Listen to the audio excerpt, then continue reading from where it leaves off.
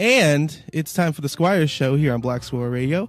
You're listening live on blacksquirrelradio.com, and I just started the Facebook stream. And today I have special guests, Mike Patton, better known as Patton Music. What's going on, brother?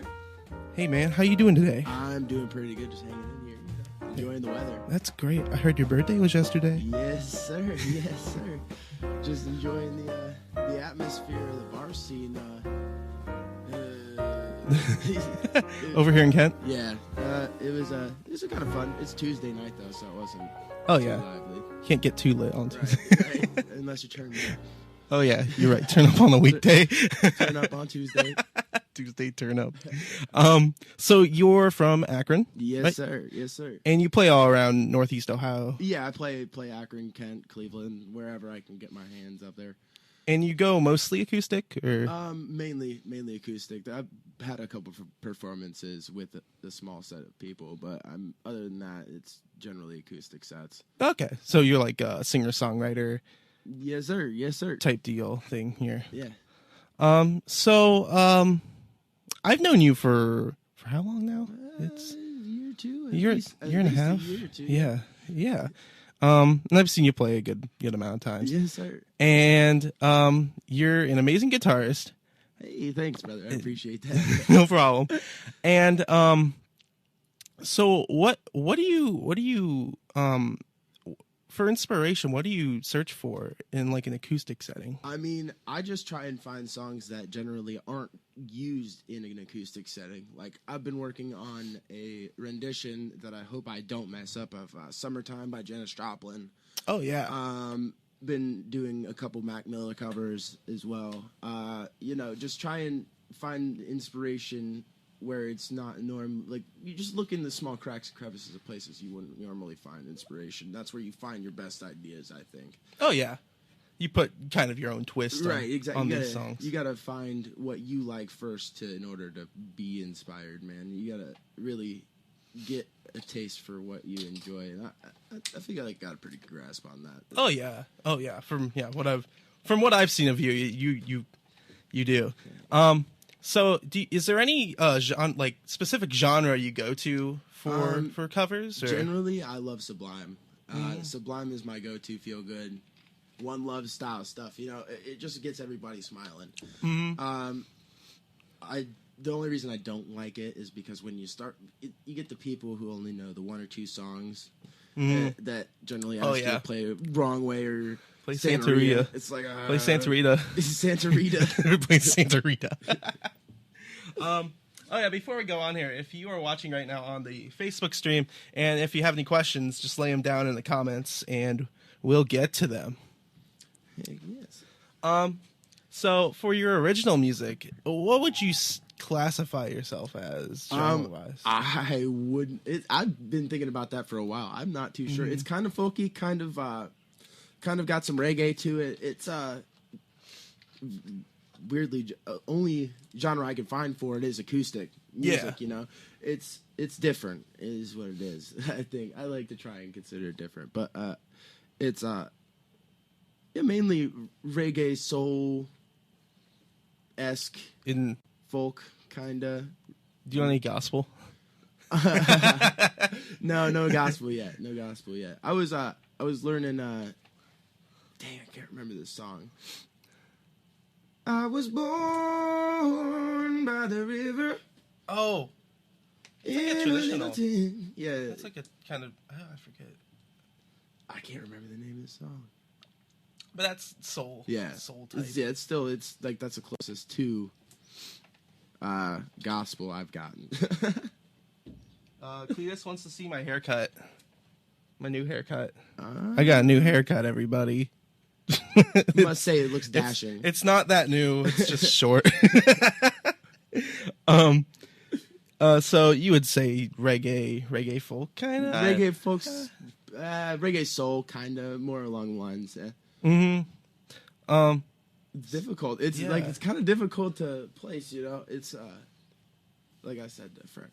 It's definitely soul. I think any kind of music with that oomph behind it, kind of like that real right hard meaning to it, is kind of soul. Like it doesn't doesn't have to be like gospel or anything. It can just be right. It can be any genre. Any genre can be soulful for sure. Oh yeah.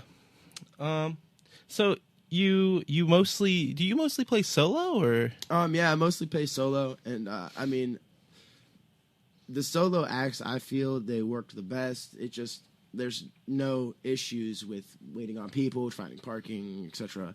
Yeah. But I would like to transition into a band setting. It's just got to be right, you know. I just don't want to jump into something and then waste my time. Yeah, and you got to find the right people. Right, exactly, man. I mean, I have been helping other bands like Land of Panda and stuff like that, running merch for them and stuff like that. But other than that, yeah, it's mainly just solo. Mm-hmm. But it's been on your mind. Yeah, it's been on my mind to get involved with a band setting and try and get something new going because it's not boring, but I can tell I've got a good grasp on it, so I want to transition into something new. Yeah, and I think like a full band behind your sound would be kind of cool. For sure, yeah. That's what I get a lot of too. I get a lot of suggestion. You should get a full band behind you. You should get a full band behind you. So yeah, I'm gonna give it a shot at least. Sometime soon, right? Maybe. So yeah, you got to just find the right people. I feel like people who kind of think the way you do, like musically. Yeah, I feel like that way heads don't butt. You don't have to try and make it debational every time you're trying to make a song. The song isn't supposed to be debational. Oh yeah, it's supposed to come out clean and not be drama kind of. Right. Yeah. Don't want that. So have you ever collabed like for a song on another band or? Not as of yet. I've got some stuff in the works with a couple of bands right now. So in the near future, the next couple months, you'll probably see me collabing with a couple of bands and doing some little freelance work. Yeah. Oh yeah. So do you prefer playing with reggae or with reggae bands or? Generally, if they've got it, they've got it. You know, mm-hmm. It doesn't matter what kind of band, as long as it's not really country-esque. Because I just can't sing to that stuff, man. You don't? Do you have a slide guitar? No, I don't even have a slide or anything like that. Oh man, those are expensive. From what I've seen, and it's just this little metals. They're just like a. You can do that with a glass. Yeah, exactly. It's That's the point. That's a waste of money. What? So you're from Akron? Yeah. Born and raised Akron in the LA area. Mm-hmm. Went to LA my whole life pretty much.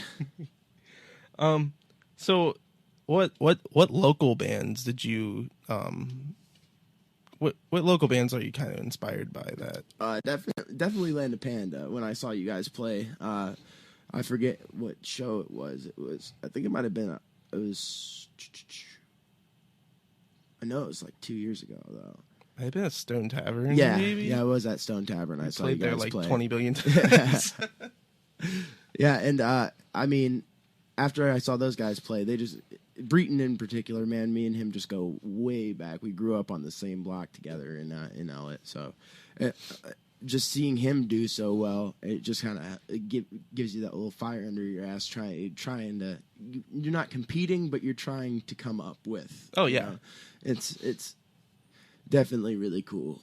Really cool. Other than that, I mean, there's a few bands. I love Broccoli Samurai and the Acid Cats. They're crazy good. Oh yeah, the horn section there is just insane. But some of these bands, they got it. And I mean, there's been a lot of local shows that I like a lot, and I love the bands, but there's the whole set and show is just 6 hours, and it just drags on to the point. Yeah. And I mean, I feel like that just might be because I have to be there most of the time. 6 hour show. Yeah, I have to be there. I can't leave until everybody's gone, and I know it. So you're first to be there, first last to leave, and it's just, it can get tiring after you've been to 3 shows for 6 hours a night every fucking night for Oh no, I'm gonna melt. No. Every single night for 3 nights in a row, it can get exhausting, but Oh yeah. Well, it's rewarding though overall. Just to get the feedback from people and see everybody jam into the show. and you got to get paid. Right, you got to make some money somehow. It's kind of weird. I mean, you have to wait around for pay, which I mean, I understand it, but it's just a weird. Right, like the managers should have that ready after sets. But that's just my opinion. Yeah. Well, like depending on the night, I sometimes like to play first.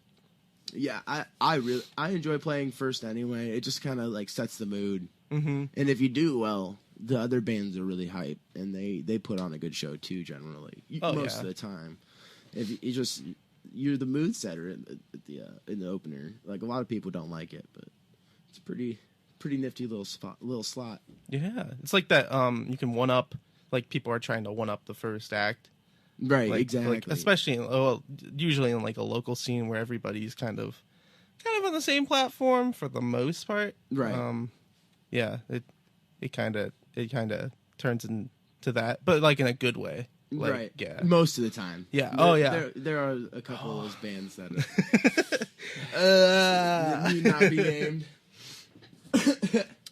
So did you want to play a song? Oh, sure. Yeah, I brought the guitar for you. The guitar. Yeah. I love the design on that. Yeah, thanks. Cherry man. did on it. Yeah, Cherry did the blue, and there's this woman, Lauren Stanford Foxy, out of Nelson Ledges, and her friend Brittany. They did the whole painting on it. Yeah, that is so cool. Yeah, but this is a little tune coming up on my mixtape that's coming out next month. I'm not too sure on the dates, but it's next month. yeah, it's next month. It's called In My Dreams. I'll play it for you.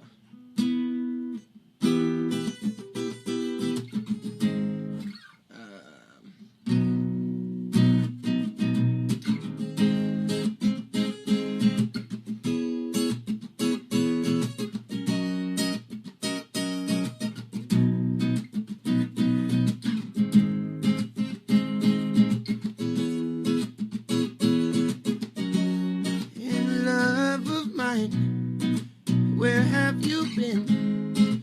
I close my eyes and I see you again. And darling, I'm fine, but please let me know. Are you coming home to me? Where the hell did you go?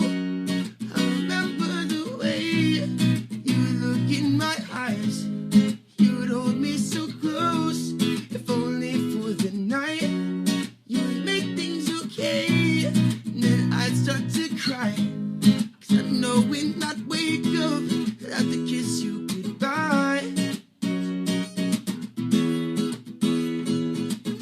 If only in my dreams, you want me in my dreams. If only in my dreams, in love of mine. Hope you're still there. I close my eyes and I don't see you anywhere. I don't mean to whine. I miss you so much. Miss feeling close to you. I'm craving your touch. The fuck did you leave? Won't you please come home? Can't live this life without you. Can't do it alone. The fuck did you leave? Won't you please come home? Live this life without you, babe. Can't do it alone. Yeah. If only in my dreams. You are me in my dreams. If only in my dreams. Of my life, damage is done. My heart's been broken. I hope it's now gone. Know what to do, not know what to say. Just know you took a piece of me. You chose to walk away. If only in my dreams.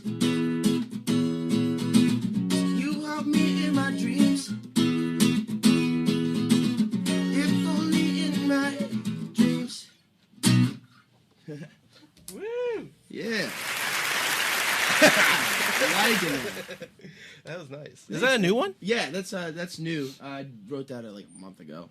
Okay. I just got it put together. Still working on the vocals and stuff like that, trying to figure out where I want it to flow. But overall, I think it's coming together.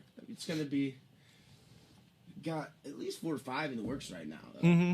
So it's I was having a hard time figuring out which one I was going to play for you. There's a couple of them that start with the same chords.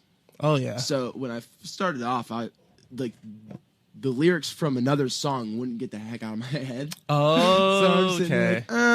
What were the words again?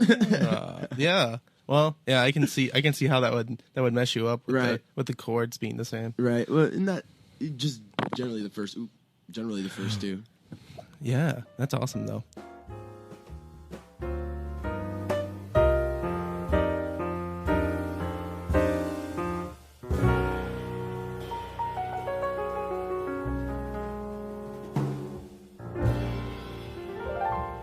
Grew up in Akron. What were your earliest moments of music? Like what your honestly, getting home from school and just sitting on my front porch jamming. We had this little swing out front. I would just literally lay on and play for hours, and that was my first real good memories. Just summertime vibing on the porch, just enjoying the day. Yeah, it's kind of it's an escape, really. That little porch swing, man. Porch swings are awesome. That little block in particular is awesome, man. Just the people, like all the neighbors would generally bitch with how much I was playing outside. Yeah, well, it's just acoustic, right? And I sometimes I feel like, but I'm always thinking of, well, if I was somebody else and didn't know me, you know. But yeah, like the neighbors there were really awesome, and I feel like that was kind of a big part of what made that so cool. Is because you'd be sitting there, and then all of a sudden, 4 or 5 people would just come out of like their garage and woo, that was awesome, you know. Woo, yeah. I forgot you lived on the same block as BJ. Yeah, man. We had some times with him, man. Did you guys jam? Oh, not really all that much, to be honest. Really? We would jam on occasion, but he would be so busy in that. He got in trouble with me. And his parents. His parents weren't too fond of me for a little bit there. So it's kind of hard for us to jam, but we always tried to get together when we could. Mm-hmm. Yeah. Yeah, that's really cool. I forgot you grew up there. So was your family in the music? Like what was your family? Not really. Like most of my family are choir singers and Broadway lovers. But that's the most music they get into. I have an uncle that was a drummer for a band, but he just recently married in the family about 5 years ago. So I mean, doesn't count. Yeah, it kind of counts a little bit. It's a half musician, I guess. Yeah, because he doesn't even do it anymore. But yeah, no, it's just me. Huh? Yeah. That's interesting. I mean, my sister actually works for another radio station, though. Oh, really? Yeah. So, which one? I think it's WZIP. Really? Oh, the Akron. Yeah. Akron new one. Yes. That's cool. I like WZIP, but I could be wrong. Like, I don't remember the exact. The letters. Yeah. I stopped listening to them once they started playing like really poppy stuff. Yeah. I can't get into that. They used to play metalcore, and I got really into that. They had like a night rock thing where they would play Avenged Sevenfold and Godsmack and all that stuff. And I was like, yeah, I was big into that. And then they started playing like Nicki Minaj. I could not get into that. Just sad transition. Yeah, it's terrible. So, it didn't skip a generation or anything. You're just. I don't think so. No, like I honestly do not think so. Stories from my family of like my grandfather playing in a band. I've got some like cousins out in California that were playing in a band, but that's. I've met them like 4 times, so they're blood family, but I don't really know them all that well. Huh, that's interesting. Because you're like really into it. Right. And that's really weird. Like, I know my brother plays guitar, and my mom was in like band and all that, and then my dad was in choir. So that's where I came from. Right. That's interesting. I'm really dumbfounded. I'm dumbfounded, man. Yeah, I mean, I just got an electric guitar for Christmas, actually. Oh, really? Yeah, I begged my dad for one for like 3 years, and finally he gave and got me one. And when I hit like 14, I was playing baseball and taking guitar lessons, and I was in the Boy Scouts of America program. Oh, okay. So I was like literally running myself ragged as like a 13-year-old, and my dad's like, "You're gonna work yourself." So yeah, he's like, "So you got to pick between baseball and guitar, bro. You got and I know you like them both, but you know you don't have time for both of them." And you still play baseball? No, I gave up. No, not anymore. Not anymore. So did you grow up with what did you grow up with genre wise? Honestly, my dad played a lot of the Who, a lot of the AC/DC, a lot of the classical rock and roll style stuff. And my mom was a big fan of the Eagles and Journey and stuff like that. And that might have been where I found a lot of my musical inspiration, like just watching the Eagles play live sets and seeing how well they pull it off, and just you kind of almost get your heart racing. Like, man, what if that was me? Glenn Frey, man. Yeah, Glenn. Yeah. R.I.P. Wait, yeah, he passed away, didn't he? Yeah, he passed away a couple years ago. I'm just making sure I don't want to fucking mourn somebody that's still fake news. Fake news. So who you said you grew up with like a rock? Yeah, rock and roll pretty much, and then. I used to have like Hellenic style. Both my parents were working for a lot of hours a piece, and I had a nanny there. They got me hooked on like stuff like Mushroom Head. And, oh wow! Yeah, so it just transitioned from rock and roll. My mom That's a good nanny. My mom, yeah, it was good. My mom was mad though. She's a little upset about it. What, Mushroom Head? Yeah, she took a little glimpse into the lyrical content. Oh, and was like, I don't know, man. Can't do that. Yeah. Got to fight for your right to party, man. I had to fight my mom for like 3 weeks about that band. Oh man. So was Sublime the first band that you listened to?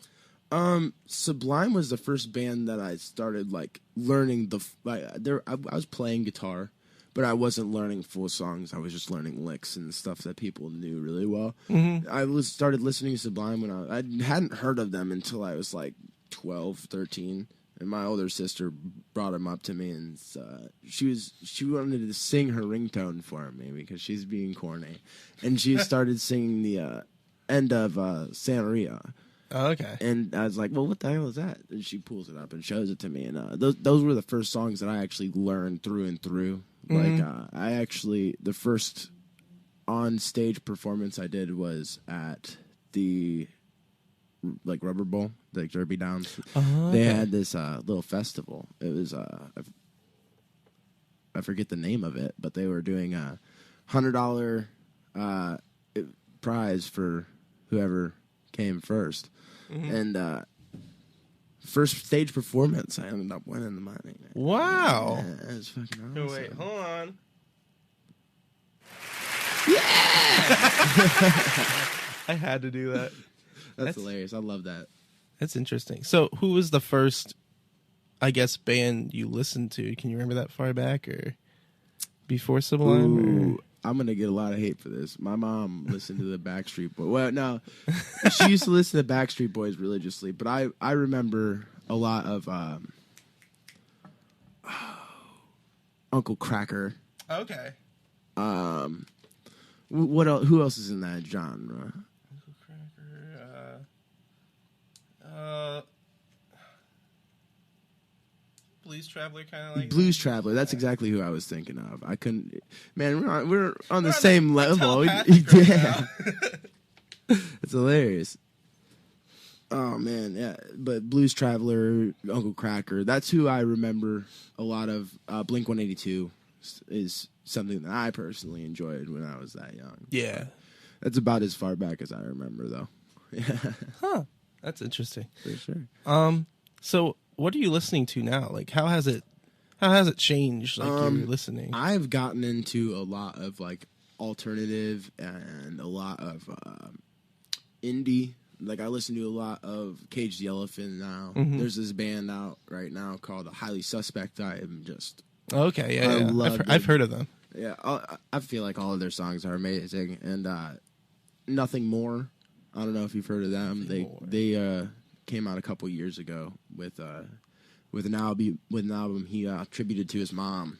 It was just beautiful, man. But alternative music. Alternative music is mainly where I've found my muse for the most part. Like, a lot of the songs that I play for cover are alternative, and then mostly alt. Yeah, I mean, alternative is. I mean, it's broad spectrum. It's pretty broad, but it's like it's all different, and I mean, right. It's all alternative. It's easy to personalize, easy to make your own. Oh yeah, I feel. Oh, definitely. So you just play guitar, or have you dabbled with bass? Or? I have a little bit of experience on the bass, but it's mainly guitar. Yeah. I've tried to pick up the drums before. I got 2 left feet, so 2 left feet. Well, I mean, I can do all that stuff with the cymbals and keeping the rhythm, but with keeping the rhythm with all 4 of my body parts, that's where the problem lies. You know, I think it's because I used to play baseball and swing left-handed. Oh yeah. So I would have to have everything flipped. You have to redo your whole thing. Yeah, so I could use my left foot as a bass note instead of the right foot. Oh. I guess you could do that. Wait. Yeah, you can, unless you have like pedals that flip them. Oh yeah. So you can hold your bass down with your left foot. But I think Ringo did that. Ooh. Is that who I'm thinking of? He did. Wait, no, he switched. Yeah, he switched the hi-hat so it was on this side, and he had the snare right here. And yeah, I don't know how he did that. Flipped like, the whole set. That's awesome. That'd be the only way I could learn how to play the drums, I think. Mm-hmm. That'd be it. That's interesting. For sure. You want to go for another song? For sure. Yeah, I'll play you one. Tell you what. Play you a little Sublime, if that's all right. Ooh, yeah. Yeah, this one actually got me kicked out of Michelle's Lounge. Oh, nice. Yeah. Yes. By the way, they do not let you play covers there. I had to find out the hard way. They do not let that happen. You want to tell that story? Yeah, before I start, I'll tell that story. Breton, our buddy, put together this show.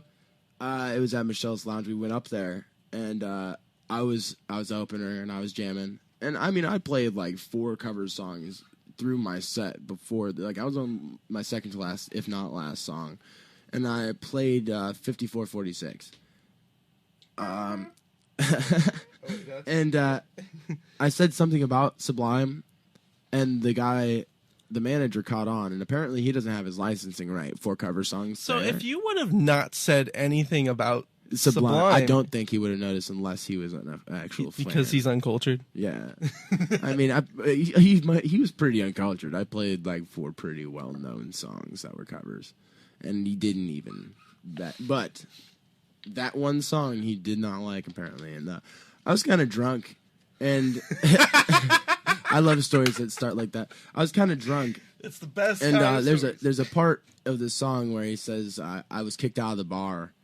And after I said I was kicked out of the bar, I said, because I play cover songs.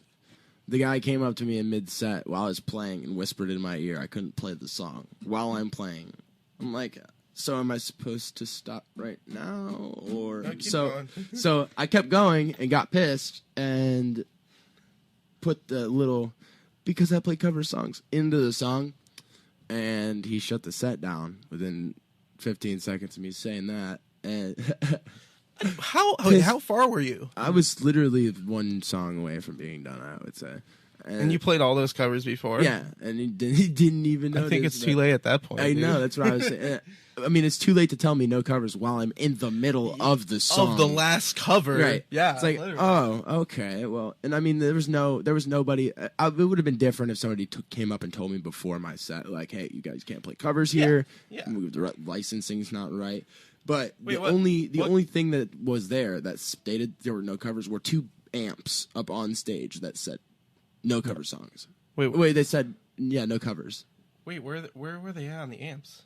I never went there when they rearranged the stage. So yeah, they put them up. They put they spray painted no covers on the amps, and I thought it was just somebody low key bashing covers. That's cheesy. But yeah, it was a. But once they kicked me off, the whole bar packed up, left. Every band that was supposed to play before me got really upset, packed up and left. I'm like, we were ride or die family style. It's like a strike. Yeah, we all just were not having it, and he wouldn't break for it. He wouldn't. There was nobody in there after. No, Oh my god, that's hilarious. And I mean, it was kind of. He wasn't even paying out. He was paying us in drinks, which was dumb. Because after that, we were just like, okay, let's all just get a fucking PBR and bounce. You know, they were force feeding us drinks all night for free because they weren't going to give us cash. Wow. Yeah. Wow.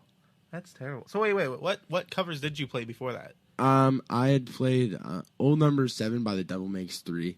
I played a Cage the Elephant song, Trouble. Okay. I played... Oh, man. You'd think they would know that one. I played If You're Reading This by Tim McGraw. You'd think they would know that one, For too. sure. Yeah. Tim McGraw. I mean, I could understand Cage the Elephant, not Tim McGraw. Like, right. Huh. It was at least... There are 3 real noticeable ones that was like really bud. and then you're like, Sublime. And you're like, whoa. Hold on Covers? there, buddy. Covers? Wait, is he playing a cover? Is this a cover? Wait a minute. You need to tell him he needs to turn his cover off right now.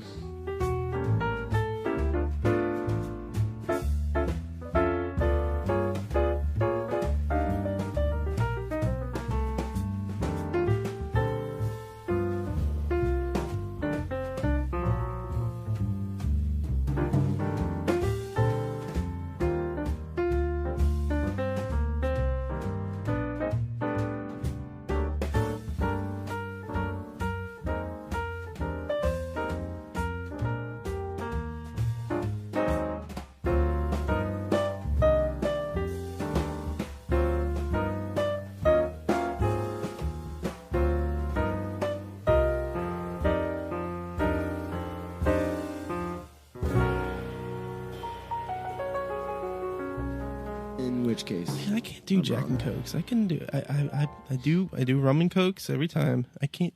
Like, I just love that little. At the end of it, sometimes I do too, but I just don't. It's not preferred for sure. for me. It's just too much spice, man.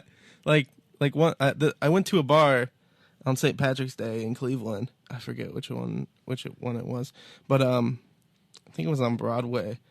But they didn't have Captain. They only had Bacardi, which costs a lot of money, so I don't want to spend that. Oh man, what bar doesn't have Captain? Yeah, so That's what I think. exactly. I don't know. I was like, what? This is foreign land. What is this? It's Cleveland. Like, they should have what? Get out of this hole in the wall. We gotta get out of here. But so they gave me a Jack and Coke, and I was like, oh god, because I had 2 of those, and I was like, oh okay, because I drink 2 rum and Cokes and be fine. 2 Jack and Cokes, I don't know why. I don't. Is the alcohol percentage difference? I believe the alcohol percentage. I think so. And I mean, they're both just different. I cannot drink Captain. I can't drink rum. Really? It just makes me I black out. And Every time, like one sip of rum, you're just. Well, one sip of rum makes me want a lot of rum. And then I mean, I used to be like with that with tequila. Yeah. I feel like that's kind of like why I like the Jack and Coke with the spice is because it kind of makes me pull back a little bit. It's like you don't want to drink too much. Yeah. It makes you know what you're drinking, kind of. Exactly. For your original music, what's the creative process? Honestly, it's just finding a good structure, like a good. I go with poetry. If you can write poetry, you can write music. Music is poetry. It's yin yang type deal. I mean, I just really closely pay attention to my use of syllables and like my rhyme schemes. And once you finish a poem, it becomes it's easily you can put it to almost any chord progression you have. Mm-hmm. So I start with lyrics generally first before I've yet to write a song going, wow, this chord progression's awesome. I'm going to start with this and then write music, like write lyrics behind it. It's mainly lyricism first, and then I find music that kind of comes together with that. Huh. I know most musicians do the opposite. Yeah, Really interesting. I like to be slightly different. Slightly different. Mike, you're special. Just be a little special when you do your shit. Yeah. I mean, yeah, I do that sometimes. I'm kind of half and half. I mean, it's whatever the mood is. Yeah, same. I mean, but like when I start writing songs with chord progression first, generally speaking, I never write lyrics to it. It's just instrumental. Yeah, it's just instrumental stuff. Instrumentals are cool too. They are really good. I love them. I love those too. I've been working on writing a couple of those at the moment. Mm-hmm. Trying to find some bass. I mean, I've been playing guitar for a while, but I'll find people that have been playing for like 5 years that are way better than me, and it just makes me like it doesn't make me mad. It just makes me cringe a bit. Like oh man, I'm lazy. Yeah, yeah, exactly. I feel like that's kind of like the life of a musician, especially like in classical. That and the request of Freebird. It's like, yeah, it's the life of a musician. Exactly. I'm usually the guy who does that. Actually, I'm usually like part of the problem. I'm part of the problem. I'm that drunk guy at the concert who's like, Freebird. So's my dad. That's right. Whenever he comes out to one of my shows, that's every song. Play Freebird. That's the first thing I think. Like it doesn't matter what genre the band is or whatever it is. But play Freebird. That's If I get drunk enough, I mean, I've heard it at metal shows a couple of times, man. Oh yeah, Leonard Skinner metal. Yeah. So, is there any specific topic you like writing about? I'm trying to get myself out of the habit of writing about shitty circumstances, upsetting. Frustrating. And I mean, I find amuse with it, but at the same time, I think to myself, like, well, what are people going to be doing while they listen to my music? Yeah. I want them to be happy. So, generally speaking, you're writing stuff that, like, I mean, In My Dreams in particular is a song that's somewhat sad. Mm-hmm. And, I mean, I just try and take life, like, certain aspects of life, make it a little cryptic so people can't really pick it apart. Yeah, like a hidden... Yeah, try to hide the messages in between the lines type deal. And just kind of... That's how you make it your own. That's how you make it your own. Honestly, that's the topic I'm trying to pull myself away from is all that depressing stuff, though. Yeah. And try and write... been in the process of writing a song called You're So Loved just to get out of that funk. Mm-hmm. And do something semi-uplifting. Yeah. Well, I think part of the reason because you're going towards like a more depressive. I think depression and sadness is more. It's like a stronger emotion, right? And I mean, a lot of people tie music into depression and sadness. That's where they find their muse. Is just feeling not alone. Yeah. With their feelings, you know. So. It can bring solace, but at the same time, there's a couple. There's one song in particular that I don't necessarily even play anymore that I wrote because it's just sad. Yeah, it's not. It's a real downer, man. Like you get the holy shit that was really good, but also holy shit, man, are you okay? Yeah. Like, yeah. Oh yeah. It's yeah. Well, also too, you got to keep it interesting. You got to different tempos and whatnot. Exactly, man. We've been in that tempo for far too long. You got tempo change, man. Accelerando. What was I gonna say? What was I gonna say? Train's leaving. Oh, I missed the train. Oh no! Train. Shoot, I was gonna say something. So is there any favorite thing you like writing about? Honestly, it's just kind of when I start writing, I just write about like what's been on my mind and bugging me the most. right then and there, that month or that week. You know, just like it's therapeutic. You try and use it as a therapy too, so it doesn't drive you totally crazy. You know, and that's mainly what I do. I try and make it therapeutic by writing about stuff that's like really. It doesn't need to be frustrating me or upsetting me. Just stuff that's like consistently on my mind, more so than others. You know, and it helps a lot. It helps get the thoughts out. Literally, it's not stuck in your head anymore. It's on paper. And you can revisit that if you need to, but that's mainly where I go when I write my music, for sure. It's a good coping mechanism too. I mean, exactly. You're just writing it down. It's somewhere else. It's not exactly. It's not in your head. It's like what therapists say. Like, yeah, I think that's what. You should start going to college for that or something, man. I don't know. I'm not sure. So yeah, you're trying to, or at least some of your songs. Like I haven't heard you in like too long. Like for a concert, or at least like some of your songs at this point, happier. Oh yeah. No, that's what this whole mixtape's about now. I mean, there's a couple of them on there that are not necessarily downers, just trying to be relatable, show people the relatable feelings that I felt that aren't necessarily talked about too much. But there's a lot more upbeat, uplifting. Like the song "You're So Loved" is gonna be on the mixtape, and just a couple more. Yeah, exactly, man. I'm just trying to get that mixtape to be less downer. Yeah, less downer, more of an upper. I just accidentally made my chair. I'm trying to find my button now. I'm jealous. Is there one? I don't even think there's one on here, dog. There's not? Man. Are you sure? My chair has a defect. We have reached the top of the chair. Oh my goodness.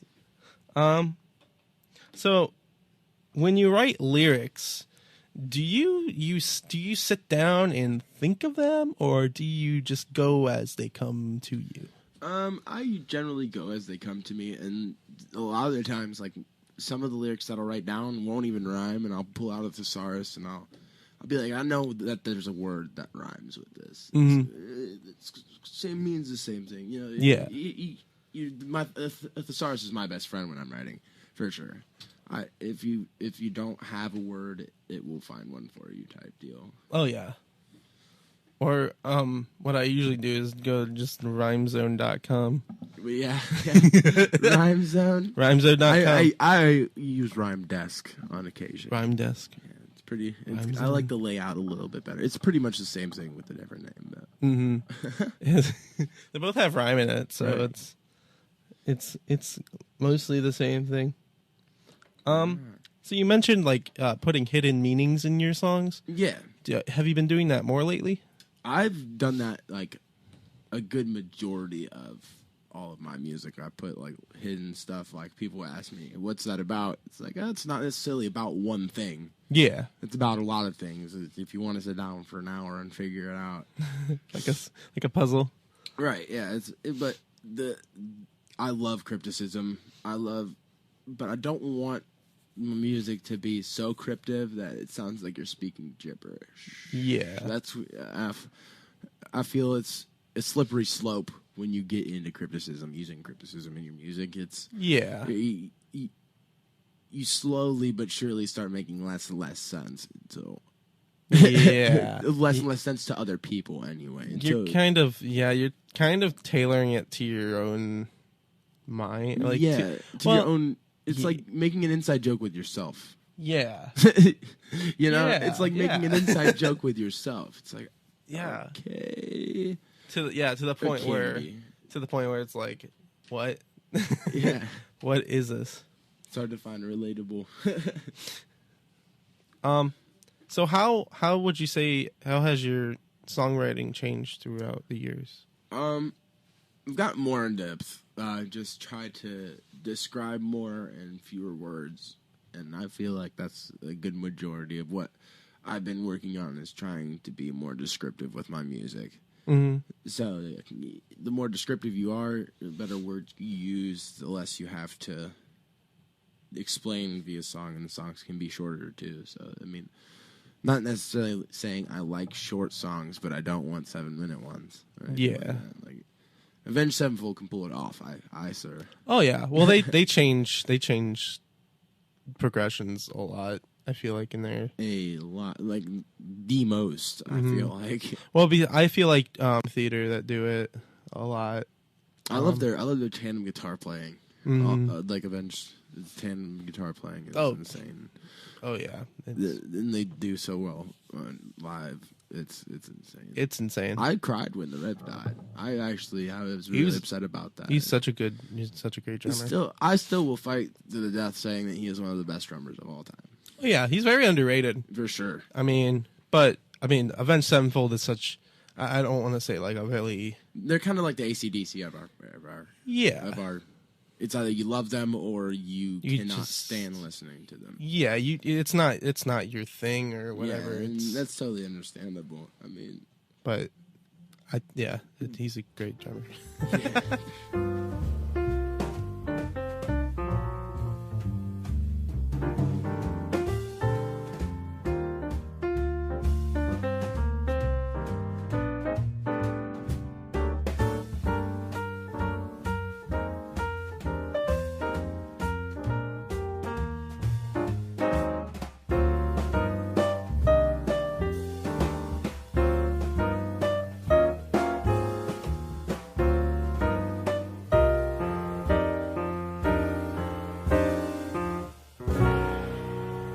So yeah, just finishing up here. What's your favorite part about being a musician? The network of musicians, honestly, is my favorite part. Just meeting new people and gaining a brother within a couple of years. You know, that's my favorite part of the music scene. I mean, other than that, it's just getting the whole bar excited. You know, you get off stage, the whole bar thanks you for playing. It's not like it's not like rectifying or anything, but it's like it feels good to not only be appreciated, but to be appreciated to the point where somebody has to go out of their way to tell you thank you. Oh yeah, and that's probably my favorite part about music is those people that come up and actually thank you for. Oh yeah. For the set, yeah. Because they appreciate you and what you do. That's worth more than any gig could really pay, probably. Yeah. I mean, I haven't got paid all that much for my gigs, though, so, I mean, that's... But appreciation's... It is. It really is. I'm just messing around. I've asked just about everybody who's coming to hear this, what tips would you give any up-and-coming musician or band in the scene? Go with your instincts, man. Just keep your sound in. Keep your sound whole. Don't let people try and take chunks of that out. You know, that's why I don't jump into a band that I'm not comfortable with. I don't want people trying to change the sound that I hear. Because if you're a musician, you have a certain sound in your head you're trying to perpetuate. Yeah, and if you follow the best way to fall off track is to take other people's ideas that might not be what would be best for your course of action. You know, like don't let people get in your head. Is generally because there were a lot of people that were down in my music before I actually started getting paid for shows and stuff like that. You know, it's all in stride. You know, you just if you want to be a musician, don't expect to go into a overnight millionaire. You know, it takes a grind that you got to be ready for. You got to be ready for a whole lot of disappointment before you get those really rectifying moments. Oh yeah, that's a good general tip for like musicians. Just like there's gonna be a lot of fucking disappointment, man. Oh yeah, but there's also a lot of rectifying moments too. So that's why I stay with it, man. Mm-hmm. Definitely. So what are some of your favorite places to play at, or some of these venues that you've been to? There's one venue up in Cleveland I was just at working with Heart Stems Productions. It's called Stella's. It's right up by Progressive Field. Yeah, right across. Man, what a place! They've got all the bells and whistles. Their whole stage is set up for any band to just get up there and play. Literally, they have some of the best sound equipment I've ever seen, and the sound guy there is incredible. You don't have to be. You can hear the music, but you're not screaming in each other's faces front row. The perfect medium. Yeah, exactly. Just overall best vibes probably at Stella's. Or, I mean, I love the ledges. I love going out to the ledges, but generally speaking, that's a different thing. Yeah, though. That's a festival. And there's like a festival like that didn't have nearly as much drug use as that place does. To be honest, man. Have you ever been to Coyote Grove? No. That's kind of like that. Mm-hmm. I definitely have to check it out. It's like a smaller version of Ledges, but without the drama and without the right. I mean, we got so tired of that I know Heartstem is in the process of finishing up some flyers for a festival they're trying to put together. I think it's Labor Day weekend. Okay. Wait, at Coyote Grove? No, not at Coyote Grove. It's the Farmstead. Oh, yeah. The Farmstead on Cuyahoga National Valley Park. Yeah. I'm on that set. If you guys want to come check it out, I think it's 28th through the 31st. Of May or? May, yeah. Oh, okay, yeah. Yeah, Snippy's Revenge is on that, too. On that bill, yeah. And so is Maddie. I'm just going to be playing all day. Yeah, the whole day. Whole day of fun. That's going to go late into the night, too, so. I'm so excited for that show. It's going to be fun. I have literally tickled pink. You are Patrick Star right now. Exactly. I mean, okay, Outpost. I love playing at the Outpost, too. Those guys, reason being they can record your whole set for you, too. If you have a simple... What is it? One of the flash drives? They'll record your whole set for you, which I love. I'm playing a show there in July with a band from Los Angeles called Spence. Okay. Nice. It's the 27th of July. I'm playing over there again. Nice. Finally got on the bill. Yeah, Spence is touring over here. They're pretty good. I met them like a few years ago, and it was kind of like acting like I was really deep into the music scene, being a 16-year-old. Yeah. I was like, yeah, man. Yeah, man. Totally, dog.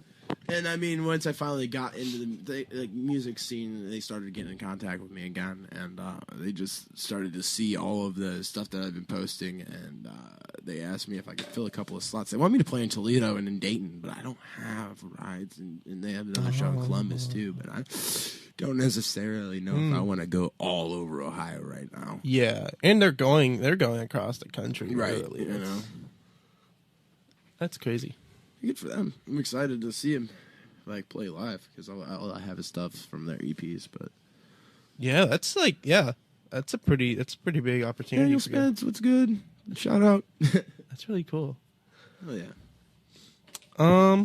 Yeah. So is that it? I'm thinking so. I've got those two shows, and I'm just in the works of putting some stuff together for this month. A lot smaller shows, just generally going to be kind of like pop-up shows. Yeah. Within the next couple weeks, I should have something set up for the end of April, but I would hope anyway. But at the moment, I just got the two books.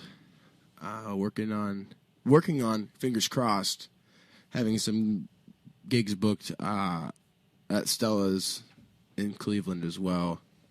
During the baseball season, that was kind of my. Oh yeah. My kind of because it's always going to be busy. I was actually just up there on Monday for the Indians opener. How was it? It was packed. That's what I'm saying. It was packed. There were a lot of people at the game though. Like that place was probably the most packed I've ever seen a like just a normal regular season game. Yeah, but yeah, I mean, the only games I've ever actually been up to.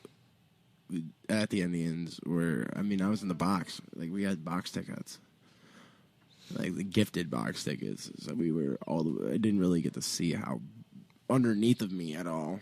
Oh, okay. Because so I only got to see like half the crowd, and even then it was like a regular. It was like mid-season regular season game. It was like, Huh. The only other game I've been to is the Browns game out here, and that was empty. Empty is when they played the Bills. Yeah. Oh, yeah. and lost. Yeah. I can see that. Bills games aren't. Well, Browns games. Well, Yeah, Bills and Browns, it really. was hard. Yeah, that's not really the best matchup ever. Probably the least watched game. Cool. Yeah. So those are your upcoming shows. Yes, sir. Yes, sir. And where can they find you? They can find me on Patton Music on Facebook. I've got a YouTube page as well that I'm going to link to the Patton Music page on Facebook. Those are the only social platforms I have right now. I'm still working on getting my SoundCloud up because I don't necessarily have a bunch of music to post to SoundCloud. Yeah. I'm gonna wait till about May when I release the mixtape Slightly Out of Tune. Okay. Yeah, that's next month. Yep. That's in May, sometime in May. That's kind of not my call though. We're doing a double release, me and Land of Panda. Oh, okay. Fingers crossed. That's kind of like one big show. Yeah, one big release party. Nice. Family vibes and stuff, man. Yeah, it's gonna be a good time. And I'm guessing you guys are gonna like release that at the same time, that date, that show date, or is that? What was that? Is that show already up, or are you guys gonna release that show date?